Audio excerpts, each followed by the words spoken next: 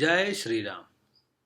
સરકાર શ્રી દ્વારા કોઈ પણ પ્રકારની સ્પર્ધાત્મક પરીક્ષામાં લેવામાં આવે ત્યારે એમાં સામાન્ય વિજ્ઞાન એટલે કે વિજ્ઞાન અને ટેકનોલોજીના પ્રશ્નો વારંવાર પૂછાતા હોય છે. આ વિડીયોની અંદર આપણે આહારના ઘટકો વિશે અભ્યાસ કરીશું. હવે સૌપ્રથમ સામાન્ય વિજ્ઞાન વિશે જોઈએ તો સામાન્ય વિજ્ઞાનના મુખ્ય 3 પ્રકાર છે: જીવ વિજ્ઞાન, રસાયણ વિજ્ઞાન અને ભૌતિક વિજ્ઞાન. એમાં જીવ વિજ્ઞાનના પિતા એરિસ્ટોટલ છે, રસાયણ વિજ્ઞાનના પિતા લેવોઝિયર છે અને ભૌતિક વિજ્ઞાન એ પ્રાકૃતિક જગતનું મૂળ વિજ્ઞાન છે. જીવ વિજ્ઞાનના પણ મુખ્ય 2 પ્રકાર છે: વનસ્પતિ વિજ્ઞાન અને પ્રાણી વિજ્ઞાન. વનસ્પતિ વિજ્ઞાનના પિતા છે થિયોફ્રેસ્ટસ અને પ્રાણી વિજ્ઞાનના પિતા છે એરિસ્ટોટલ. તો આપણે સમજ્યા કે સામાન્ય વિજ્ઞાન મુખ્ય 3 વિભાગમાં વહેંચાયેલું છે: જીવ વિજ્ઞાન, રસાયણ વિજ્ઞાન અને ભૌતિક વિજ્ઞાન. જીવ વિજ્ઞાનના પિતા એરિસ્ટોટલ, રસાયણ વિજ્ઞાનના પિતા લેવોઝિયર અને ભૌતિક વિજ્ઞાન એ પ્રાકૃતિક જગતનું મૂળ વિજ્ઞાન છે. જીવ વિજ્ઞાનના 2 પ્રકાર: વનસ્પતિ વિજ્ઞાન અને પ્રાણી વિજ્ઞાન. વનસ્પતિ વિજ્ઞાનના પિતા થિયોફ્રેસ્ટસ અને પ્રાણી વિજ્ઞાનના પિતા એરિસ્ટોટલ. તો જીવ વિજ્ઞાન અને પ્રાણી વિજ્ઞાનના પિતા એરિસ્ટોટલ છે, વનસ્પતિ વિજ્ઞાનના પિતા થિયોફ્રેસ્ટસ, રસાયણ વિજ્ઞાનના પિતા લેવોઝિયર. હવે આપણે ધોરણ 6 ના એકમથી શરૂઆત કરીશું. અહીંયા ધોરણ 6 થી 10 સુધીનું સામાન્ય વિજ્ઞાન, પર્યાવરણ વિજ્ઞાન અને ટેકનોલોજી પાઠ્યપુસ્તક આધારિત તમામ પ્રકારના ટોપિકનો સમાવેશ કરેલો છે. સાથે સાથે અગાઉની પરીક્ષાઓમાં પૂછાયેલા પ્રશ્નોનો પણ આ વિડીયોની અંદર સમાવેશ કરેલો છે. આશા રાખું કે આ વિડીયો તમને ખૂબ જ ઉપયોગી સાબિત થશે. મિત્રો, તમને અમારો પ્રયત્ન ગમે તો વિડીયોને ચોક્કસથી લાઇક કરો, તમારા મિત્રો સાથે શેર કરો અને ચેનલને ચોક્કસથી સબસ્ક્રાઇબ કરો, જેથી અમને તમારી માટે આવા વિડીયો બનાવવાનું પ્રોત્સાહન મળતું રહે અને અમે તમને ઉપયોગી થાય એવા બીજા વિડીયો બનાવતા રહીએ. તો શરૂ કરીએ. એક એકમ: ખોરાક ક્યાંથી મળે છે? આહારના ઘટકો. ખોરાકના આધારે પ્રાણીઓના 3 પ્રકાર પડે છે: 1. તૃણાહારી પ્રાણીઓ, 2. માંસાહારી પ્રાણીઓ અને 3. મિશ્રાહારી પ્રાણીઓ. તૃણાહારી પ્રાણીઓ એટલે કે જે પ્રાણીઓ ફક્ત વનસ્પતિનો જ ખોરાકમાં ઉપયોગ કરે છે. માંસાહારી પ્રાણીઓ: જે પ્રાણીઓ ફક્ત અન્ય પ્રાણીઓ અથવા કે પ્રાણીજ પેદાશોનો પોતાના ખોરાકમાં ઉપયોગ કરે એને માંસાહારી પ્રાણીઓ કહેવાય. અને મિશ્રાહારી પ્રાણીઓ એટલે કે એવા પ્રાણીઓ કે જે પ્રાણીઓ ખોરાકની અંદર વનસ્પતિ અને પ્રાણીઓ અથવા તો પ્રાણીજ પેદાશ અને વનસ્પતિ પેદાશનો ઉપયોગ કરે એને મિશ્રાહારી પ્રાણી કહે છે. હવે ખોરાકના મુખ્ય ઘટકો. તો ખોરાકના મુખ્ય 5 ઘટકો છે: 1. કાર્બોદિત, 2. પ્રોટીન, 3. ચરબી, 4. વિટામિન અને 5. ખનિજ દ્રવ્યો અને 6થો ઘટક છે પાણી. તો ખોરાકના મુખ્ય ઘટકો કેટલા? તો ગુજરાત સરકારની પાઠ્યપુસ્તક પ્રમાણે મુખ્ય 5 ઘટકો: કાર્બોદિત, પ્રોટીન, ચરબી, વિટામિન અને ખનિજ ક્ષારો. 6થો ઘટક પાણી પણ છે. અને એના સિવાય 7મો ઘટક છે વૃક્ષાંશ એટલે કે રેસા, પાચક રેસા, વૃક્ષાંશ. પાચક રેસા જેને વૃક્ષાંશ પણ કહે છે, જેના મુખ્ય સ્ત્રોત અનાજ, દાળ, બટાટા, તાજા ફળો અને શાકભાજી છે. તો પાચક રેસાને બીજું શું કહેવામાં આવે છે? તો વૃક્ષાંશ કહેવામાં આવે છે. તે ક્યાંથી મળે છે? શામાંથી મળે છે? અનાજ, દાળ, બટાટા, તાજા ફળો અને શાકભાજીમાંથી મળે છે. પાચક રેસામાંથી કોઈ જ પોષક દ્રવ્ય પ્રાપ્ત થતું નથી, પરંતુ તે શરીરમાં મળોત્સર્જનની ક્રિયામાં ઉપયોગી છે. મળોત્સર્જન એટલે કે મળ ત્યાગ માટે ઉપયોગી છે. કોણ? પાચક રેસા. બીજું નામ શું? વૃક્ષાંશ. રેસાઓ અપચિત ખોરાકને આપણા શરીરમાંથી બહાર કાઢવામાં મદદ કરે છે. આપણા શરીરમાં જે અપાચિત એટલે કે પચ્યા વગરનો જે ખોરાક હોય એને શરીરમાંથી બહાર કાઢવામાં રેસાઓ મદદ કરે છે. હવે પહેલો જોઈએ કાર્બોદિત, જે કાર્બોહાઈડ્રેટનો એક ભાગ છે. શરીરને સૌથી વધારે ઉર્જા પૂરી પાડતો ખોરાકનો ઘટક કોઈ હોય તો એ કાર્બોદિત છે. તો કાર્બોદિતનું કામ શું? તો શરીરને સૌથી વધારે ઉર્જા પૂરી પાડવાનું કામ કરે છે. એનો બંધારણીય ઘટક છે ગ્લુકોઝ, જેનું અણુસૂત્ર છે C6H12O6. કાર્બનના 6 ઘટકો, હાઇડ્રોજનના 12 ઘટકો અને ઓક્સિજનના 6 ઘટકો. એનું સામાન્ય સૂત્ર છે CH2OAN. બરાબર, અહીંયા N આવશે. બરાબર. શિંગડા અને ગાજર વગેરેમાં પણ કેરોટીન જ પ્રોટીન હોય. બરાબર. નખવારમાં જો શિંગડા ગાજર વગેરેમાં પણ પ્રોટીન હોય છે. કેસીન પ્રોટીન એ દૂધમાં હોય. દૂધનો સફેદ રંગ કેસીનને આભારી છે. તો કેસીન શામાં હોય? દૂધમાં હોય. અને દૂધનો જે સફેદ રંગ છે એ કેસીન નામના પ્રોટીનને આભારી છે. નખવારમાં કેરોટીન હોય છે. શિંગડા અને ગાજર વગેરેમાં પણ કેરોટીન નામનું પ્રોટીન હોય છે. હવે રેનિન પ્રોટીન. રેનિન એ પ્રોટીનનો એક પ્રકાર છે. સ્તનપાન કરાવતી માતાના દૂધમાં જોવા મળે છે. હવે પ્રોટીનમાંથી કેટલી ઉર્જા મળે? તો 1 ગ્રામ પ્રોટીનમાંથી 5.5 કિલો કેલરી ઉર્જા મળે છે. 1 ગ્રામ પ્રોટીનમાંથી 5.5 કિલો કેલરી ઉર્જા મળે છે. અને દહન થયા પછી એમાંથી 1 ગ્રામમાંથી 4 કિલો કેલરી મળે છે. હવે ઉત્સેચક, તો ટ્રિપ્સિન નામનો, જેને પેપ્સિન પણ કહે છે, ટ્રિપ્સિન નામનો ઉત્સેચક જે એના પાચનમાં મદદરૂપ થાય છે. પ્રોટીનની ઉણપથી કયા કયા રોગો થાય? તો મરાસ્મસ અને ક્વોશિયોરકોર નામના રોગો પ્રોટીનની ઉણપથી થાય છે. પ્રોટીનની ઉણપથી મરાસ્મસ અને ક્વોશિયોરકોર નામના રોગો થાય છે. ખોરાકની અંદર પ્રોટીન છે કે નહીં તો એનું પરીક્ષણ કરવા માટે કોપર સલ્ફેટ, જેને મોર થૂથું કહેવામાં આવે છે, CuSO4 પ્લસ NaOH સોડિયમ હાઇડ્રોક્સાઇડનો દ્રાવણનો ઉપયોગ થાય છે. જો આ દ્રાવણની અંદર ખોરાક નાખવામાં આવે અને જાંબલી રંગ થાય તો આપણને ખ્યાલ આવે છે કે અંદર પ્રોટીન રહેલું છે. તો પ્રોટીનના પરીક્ષણ માટે કોપર સલ્ફેટ અને સોડિયમ હાઇડ્રોક્સાઇડના દ્રાવણનો ઉપયોગ થાય છે. આ દ્રાવણની અંદર પદાર્થ નાખતા જો એનો રંગ જાંબલી રંગનો થાય તો તે પ્રોટીનની હાજરી જણાવે છે. ચરબી, જેને લિપિડ પણ કહે છે, એનો એકમ ઘટક ફેટી એસિડ પ્લસ ગ્લિસરોલ. તો ચરબીનો એકમ ઘટક કયો છે? Fatty acid. પ્રોટીનનો એકમ ઘટક એમિનો એસિડ છે. અને કાર્બોદિતનો મુખ્ય 3 પ્રકાર હતા: સ્ટાર્ચ, શર્કરા અને સેલ્યુલોઝ. કાર્બોદિતનું પરીક્ષણ મંદ આયોડિનનું દ્રાવણથી થતું હતું. બરાબર. અને પ્રોટીનનું પરીક્ષણ કરવા માટે કોપર સલ્ફેટ અને સોડિયમ હાઇડ્રોક્સાઇડનું દ્રાવણ ઉપયોગમાં લેવાય છે. ચરબી સૌથી વધુ ઉર્જા આપે છે. 9.45 કિલો કેલરી પ્રતિ ગ્રામમાંથી દહન બાદ 9 કિલો કેલરી પ્રતિ ગ્રામ ઉર્જા મળે છે. શરીરમાં દહન એટલે ચયાપચયની ક્રિયા દરમિયાન પૂરી થઈ જાય એટલે શરીરની અંદર 9 કિલો કેલરી ઉર્જા મળે 1 ગ્રામમાંથી. કાર્બોહાઈડ્રેટ કરતાં 2 થી 3 ગણી વધુ ઉર્જા ધરાવે છે. તો ચરબી કાર્બોહાઈડ્રેટ કરતાં 2 થી 3 ગણી વધુ ઉર્જા ધરાવે છે. અને ચરબી 20 ડિગ્રી સેલ્સિયસ તાપમાને ઘન સ્વરૂપમાં જોવા મળે છે. આનાથી જો તાપમાન વધુ થાય તો એ પછી પ્રવાહી સ્વરૂપમાં રૂપાંતરણ પામે છે. આપણે જોઈએ છીએ કે શિયાળામાં ઘી થીજી જાય છે કારણ કે તાપમાન નીચું જવાથી એ થીજી જાય છે. 20 ડિગ્રી સેલ્સિયસ તાપમાને ઘન સ્વરૂપમાં ચરબી જોવા મળે છે. ચરબી પાણીમાં અદ્રાવ્ય સ્વરૂપે હોય છે, ઉપર તરે છે. સસ્તન વર્ગના પ્રાણીઓમાં સૌથી વધુ ગરમ લોહી બકરીમાં જોવા મળે છે. તો સસ્તન વર્ગના પ્રાણીઓમાં સૌથી વધુ ગરમ લોહી શામાં? તો બકરીમાં. કેટલું ગરમ લોહી? 39.9 ડિગ્રી સેલ્સિયસ. ઉત્સેચક લાઇપેજ, શરીરમાં ચરબીનું પાચન કરવા માટે લાઇપેજ નામનો ઉત્સેચક જરૂરી છે. હવે નોંધ, શરીરમાં કોલેસ્ટેરોલનું પ્રમાણ વધતા તે ધમનીની દિવાલમાં જામી જાય છે, જેને એથેરોસ્ક્લેરોસિસ કહે છે. એથેરોસ્ક્લેરોસિસ એ શું છે રોગ? તો શરીરમાં કોલેસ્ટેરોલનું પ્રમાણ વધતા ધમનીની દિવાલની અંદર જામી જાય, પરિણામે લોહી સરળતાથી વહી શકતું નથી અને જે રોગને એથેરોસ્ક્લેરોસિસ કહે છે.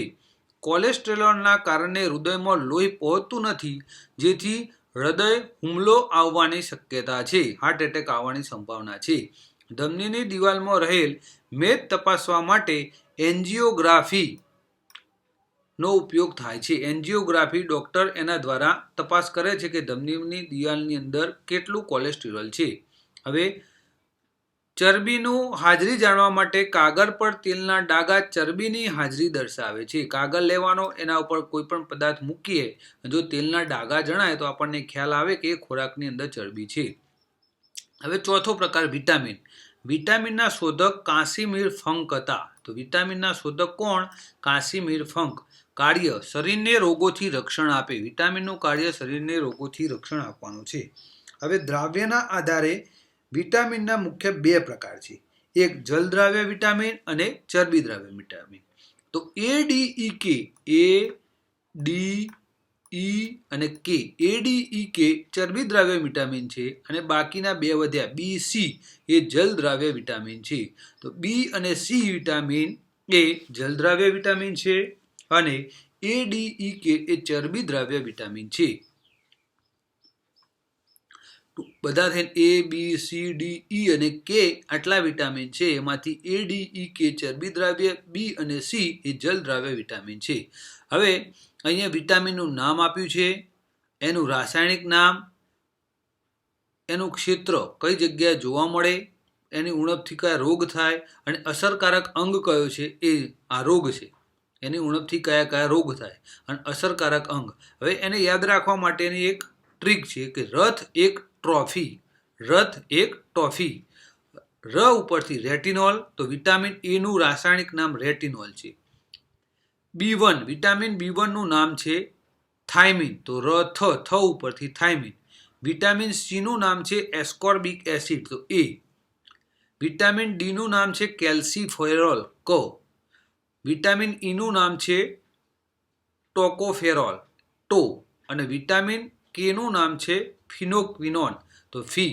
રથ એક ટોફી. ર ઉપરથી રેટિનોલ, થ ઉપરથી થાઇમિન, એ ઉપરથી એસ્કોર્બિક એસિડ, ક ઉપરથી કેલ્સીફેરોલ, ટો ઉપરથી ટોકોફેરોલ અને ફી ઉપરથી ફિનોક્વિનોન. હવે વિટામિન એ એટલે કે રેટિનોલની ઉણપથી કયા કયા રોગ થાય? તો રતનરાપણું અને ગ્લુકોમિયા જેવા રોગ થાય છે. અને અસર ક્યાં કરે? તો આંખને કરે. વિટામિન B1 થાઇમિનની ઉણપથી બેરી નામનો રોગ થાય છે જે ચેતાતંત્રને રોગ અસર કરે છે. વિટામિન સી ની રાસાયણિક નામ એસ્કોર્બિક એસિડ. એની ઉણપથી સ્કર્વી નામનો રોગ થાય છે અને અસરકારક અંગ દાંત અને પીડા છે. સ્કર્વીના રોગની અંદર દાંત અને પીડાને અસર થાય. વિટામિન ડી નું રાસાયણિક નામ કેલ્સીફેરોલ છે. રોગ કયો થાય? તો રિકેટસ બાળકમાં થાય અને ઓસ્ટિયોમલેશિયા પુખ્ત માણસની અંદર આ રોગ જોવા મળે છે. વિટામિન ડી ની ઉણપથી રિકેટસ બાળકમાં અને ઓસ્ટિયોમલેશિયા પુખ્ત વ્યક્તિમાં જોવા મળતો રોગ છે અને એનું અસરકારક અંગ છે હાડકાં. હવે વિટામિન ઈ રાસાયણિક નામ ટોકોફેરોલ. એની ઉણપથી કયા રોગ થાય? તો પુરુષમાં નપુંસકતા આવે અને સ્ત્રીમાં વંધ્યત્વ આવે. અને અસરકારક અંગ કયું છે? તો જાતીય અંતસ્રાવ. ટેસ્ટોસ્ટિરોન. પુરુષની અંદર ટેસ્ટોસ્ટિરોન અને સ્ત્રીની અંદર ઇસ્ટ્રોજન અને પ્રોજેસ્ટિરોન. આ અંતસ્રાવને અસર કરે છે. વિટામિન કે રાસાયણિક નામ ફિનોક્વિનોન. એનો રોગ કયો થાય? તો રુધિર ન જામવું, હિમોફિલિયા. આ રોગ જોવા મળે છે. હવે બી કોમ્પ્લેક્સ વિટામિન. તો વિટામિન બી ની અંદર ઘણા બધા એના પેટા પ્રકાર છે, જેમાં B2, B3, B5, B6, B7, B9 અને B12. B2 નું રાસાયણિક નામ છે રાઇબોફ્લેવિન. હવે આ યાદ રાખવાની ટ્રીક છે રાની પેપાબાફોસા. રાની પેપાબાફોસા. વિટામિન B3 નામ છે niacin. B5 pantothenic acid. B6 pyridoxine. B7 biotin. B9 folic acid અને B12 સાયનોકોબાલામીન. સાયનોકોબાલામીન એમ પણ વંચાય છે. તો riboflavin, niacin, pantothenic acid, pyridoxine, biotin, folic acid અને સાયનોકોબાલામીન. હવે વિટામિન B2 ની ઉણપથી મોઢામાં ચાંદા પડવા અને આંખ લાલ થવી જેવો રોગ થાય છે. વિટામિન B3 નિયાસિન જેની ઉણપથી મંદ બુદ્ધિનું બાળક જન્મવું, નાની ઉંમરે સફેદ વાળ થવા. નાની ઉંમરે જે સફેદ વાળ થાય છે B3 ની ઉણપથી થાય છે. B5 પેન્ટાથેનિક એસિડ પેલાગ્રા ત્વચાની બીમારી છે. બરાબર. વિટામિન B6 પાયરોડોક્સિન એનિમિયા નામનો રોગ થાય છે. વિટામિન B7 બાયોટીન લકવો અને વા જેવા રોગ થાય છે. વિટામિન B9 ફોલિક એસિડ એની ઉણપથી પેશીય રોગો થાય છે. અને વિટામિન B12 સાયનોકોબાલામાઇન પેલાગ્રા અને એનિમિયા નામના રોગ થાય છે. તો આ આપણે વિટામિન બી કોમ્પ્લેક્સ વિશે માહિતી મેળવી. હવે આ યાદ રાખવાની એક ટૂંકી રીત છે કે રથ રાની પેપા બાફોસા એક ટોફી. રથ રાની પેપા બાફોસા એક ટોફી. ર ઉપરથી રેટિનોલ, થ ઉપરથી થાઇમિન, રા ઉપરથી રાઇબોફ્લેવિન, ની ઉપરથી નિયાસિન, પે ઉપરથી પેન્ટાથેનિક એસિડ, પા ઉપરથી પાયરોડોક્સિન, બા ઉપરથી બાયોટીન, ફો ઉપરથી ફોલિક એસિડ, સા ઉપરથી સાયનોકોબાલામાઇન, એ ઉપરથી એસ્કોર્બિક એસિડ, ક ઉપરથી કેલ્સીફેરોન, ટો ઉપરથી ટોકોફિરોન અને ફી ઉપરથી ફિનોક્પિન. હવે vitamin A, B, C, D અને ઈ કે એમાંથી બી અને સી એ જલદ્રાવ્ય વિટામિન છે, જ્યારે એ, ડી, ઈ કે એ ચરબી દ્રાવ્ય વિટામિન છે. અને વિટામિન બી ની અંદર બી કોમ્પ્લેક્સ એની અંદર B2, B3, B4 નથી, 5, 6, 7, 8 નથી. તો જુઓ B4 અને B8 નથી. કયા કયા નથી? તો 4 અને 8 નથી. આ આપણે ચોગડો અને 8 રો. તો B4 અને 8 નથી. રથ રાની પેપા બાફોસા એક ટોફી. રથ રાની પેપા બાફોસા એક ટોફી. આના ઉપરથી આપણને યાદ રહી જાય. હવે શરીરમાં ફક્ત 2 વિટામિનનું સંશ્લેષણ થાય છે, વિટામિન ડી અને કે. ડીનું સંશ્લેષણ ચામડીમાં અને કેનું સંશ્લેષણ યકૃતમાં થાય છે. સંશ્લેષણ થવું એટલે કે ચામડી દ્વારા સૂર્યપ્રકાશમાંથી તે શોષાય છે, ડી બને છે, અને યકૃતમાં વિટામિન કે બને. સંશ્લેષણ થવું એટલે કે બનવું. લોહીના શુદ્ધિકરણ માટે વિટામિન સી અને રોગપ્રતિકારક શક્તિ માટે ઉપયોગી છે. પ્રશ્ન પૂછાય લોહીના શુદ્ધિકરણ માટે તો વિટામિન સી અને રોગપ્રતિકારક શક્તિ માટે. ફ્રેશ ફૂડ, તાજા ખોરાકની અંદર વિટામિન સી હોય છે. ખોરાક જ્યારે આપણે રાંધીએ ત્યારે ખોરાક રાંધવાથી સરળતાથી નષ્ટ થતું વિટામિન સી છે. વિટામિન એની સેવિંગ બેંક કઈ છે? તો વિટામિન એ જ્યારે આપણા શરીરમાં વધારે હોય તો એ ક્યાં સચવાય છે? તો લીવર એટલે કે યકૃતની અંદર સચવાય છે. બ્યુટી વિટામિન, સુંદરતા માટેનો વિટામિન ઈ છે. જીભ આવી હોય અથવા તો મોઢું આવ્યું હોય ત્યારે વિટામિન બી કોમ્પ્લેક્સ લેવું જરૂરી છે, એની ઉણપથી થાય. શરીરમાં થતી જૈવ રાસાયણિક પ્રક્રિયાઓ માટે ઉપયોગી વિટામિન બી. ચયાપચયની ક્રિયા દ્વારા ઉત્પન્ન થતું વિટામિન કે યકૃતમાં ઉત્પન્ન થાય છે. ત્વચા અને આંખોને તંદુરસ્ત રાખતું વિટામિન એ. વિટામિન એ આંખ અને ત્વચા માટે જરૂરી છે. ચામડીની નીચે આવેલા ડિહાઇડ્રોકોલેસ્ટેરોલ નામના સ્તર ઉપર સૂર્યપ્રકાશ આપાત થતો શરીરમાં વિટામિન ડી બને છે. તો જુઓ ચામડીમાં વિટામિન ડીનું સંશ્લેષણ થાય. ચામડીની નીચે આવેલા ડિહાઇડ્રોકોલેસ્ટેરોલ નામના સ્તર ઉપર સૂર્યપ્રકાશ આપાત થતો વિટામિન ડી બને છે. કઈ જગ્યાએ સ્તરમાં? તો ડિહાઇડ્રોકોલેસ્ટેરોલ. કોલેસ્ટેરોલ તો ખરું જ, પણ ડિહાઇડ્રોકોલેસ્ટેરોલ. વાસી ખોરાકમાંથી ફોલિક એસિડ નાશ પામે છે.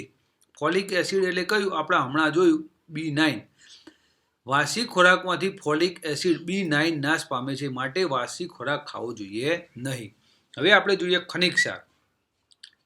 ખનિજ ક્ષાર તે શરીરને ઉર્જા આપતા નથી, પરંતુ રોગો સામે રક્ષણ પૂરું પાડે છે. તો ખનિજ ક્ષારનું કાર્ય શું છે? તો રોગો સામે રક્ષણ આપવાનું.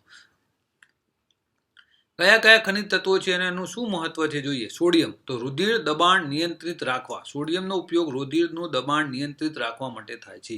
પોટેશિયમ હૃદયના ધબકારા નિયંત્રિત રાખવા માટે ઉપયોગી છે. પ્રશ્ન પૂછાય કે હૃદયના ધબકારા નિયંત્રિત રાખવા માટે કયું ખનિજ ક્ષાર જરૂર છે? ખનિજ ક્ષાર પોટેશિયમ. પોટેશિયમનો કે, સોડિયમનો N, સલ્ફર S ચામડીના રોગોમાં ફૂગનાશક તરીકે ઉપયોગી છે. કેલ્શિયમ દાંત અને હાડકાના બંધારણ અને મજબૂતાઈ માટે ઉપયોગી છે. ફોસ્ફરસ P દાંત અને હાડકાના ઘડતર માટે ઉપયોગી છે. મેગ્નેશિયમ Mg ચેતાતંત્રની ક્રિયા માટે ઉપયોગી છે. કોબાલ્ટ રક્તકણો અને B12ના સંશ્લેષણ માટે ઉપયોગી છે. કોબાલ્ટ 16 કેન્સરના કોષો નિષ્ક્રિય કરવા માટે. શરીરની અંદર જે કેન્સરના કોષો ઉત્પન્ન થયા એને નિષ્ક્રિય કરવા માટે કોબાલ્ટ 16 નામનું ખનિજ તત્વ જરૂરી છે. લોહ તત્વ આયર્ન હિમોગ્લોબિનની ઉત્પત્તિ માટે જરૂરી છે. આયોડિન થાઇરોક્સિન અંતઃસ્રાવની ઉત્પત્તિ માટે જરૂરી છે. થાઇરોક્સિન ગળાની અંદર થાઇરોઇડ ગ્રંથિ આવેલી છે, ત્યાં થાઇરોક્સિન અંતઃસ્રાવની ઉત્પત્તિ માટે આયોડિનની જરૂર છે. આયોડિનની ઉણપથી ગોઈટર નામનો રોગ થાય છે. ઝીંક ઇન્સ્યુલિનની ઉત્પત્તિ માટે જરૂરી છે. જો ઇન્સ્યુલિન ના હોય તો ડાયાબિટીસ નામનો રોગ થાય છે. કેલ્શિયમ અને ફોસ્ફરસની ઉણપથી થતો રોગ ઓસ્ટિયોમલેશિયા અને રિકેટિસ છે. તો કેલ્શિયમ અને ફોસ્ફરસની ઉણપથી કયા કયા રોગ થાય? તો ઓસ્ટિયોમલેશિયા અને રિકેટસ. લોહ તત્વ આયર્નની ઉણપથી થતો રોગ પાંડુ રોગ. આયોડિનની ઉણપથી થતો રોગ ગોઈટર. લોહ તત્વની ઉણપથી પાંડુ રોગ થાય છે. ચલો હવે છઠ્ઠો ઘટક જોઈએ આપણે, પાણી. મનુષ્યના શરીરના વજનના 60 થી 70% પાણી હોય છે. મનુષ્યના શરીરના વજનના 60 થી 70% પાણી હોય છે. શરીરમાં જૈવિક ક્રિયાઓના માધ્યમ તરીકે પાણી ઉપયોગી છે. શરીરમાં પાણીનું પ્રમાણ ઘટવાની ક્રિયાને ડિહાઇડ્રેશન કહે છે. ડિહાઇડ્રેશનના ઉપચાર તરીકે ORS ઓરલ રિહાઇડ્રેશન સોલ્યુશન, જુઓ ઓરલ રિહાઇડ્રેશન સોલ્યુશન અપાય છે.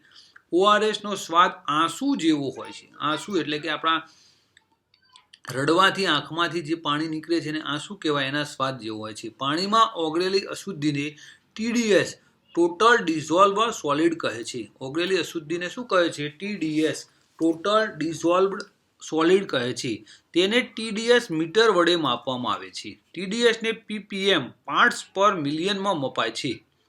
પાર્ટ્સ પર મિલિયનમાં મપાય છે. સૌથી શુદ્ધ પાણી RO રિવર્સ ઓસ્મોસિસનું હોય છે. RO નું પૂરું નામ છે રિવર્સ ઓસ્મોસિસ, જે 0 થી 50 ppm ધરાવે છે. તો જેને સૌથી શુદ્ધ પાણી કોનું હોય છે? તો RO નું રિવર્સ ઓસ્મોસિસ, જે 0 થી 50 ppm પાર્ટ્સ પર મિલિયન ધરાવે છે. હવે અગત્યના તત્વો. તમાકુની અંદર નિકોટીન જોવા મળે છે. કોફીમાં કેફીન, ચાની અંદર ટેનિન, અફીણમાં મોર્ફિન નામના તત્વો જોવા મળે છે. તમાકુમાં નિકોટીન, કોફીમાં કેફીન, ચામાં ટેનિન, અફીણમાં મોર્ફિન. દાંત ઉપર ઇનેમલનું પડ હોય છે. દૂધમાં કેસીન નામનું પ્રોટીન, મરચામાં કેપ્સિન, હાડકામાં ઓસિન, નખ અને વાળમાં કેરોટીન, ત્વચામાં મેલેનિન અને લાળ ગ્રંથિમાં ટાયલિન નામનો ઉત્સેચક હોય છે.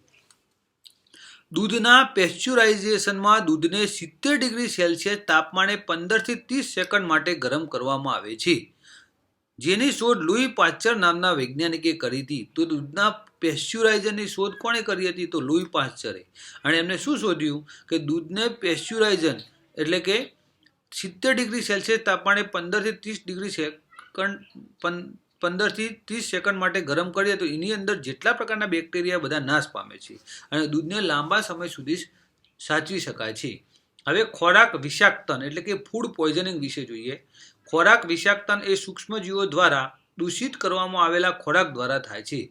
ખોરાકને સાચવવા માટે વપરાતા પદાર્થોને પ્રિઝર્વેટિવ કહે છે. Preservative spelling PRESERVATIVE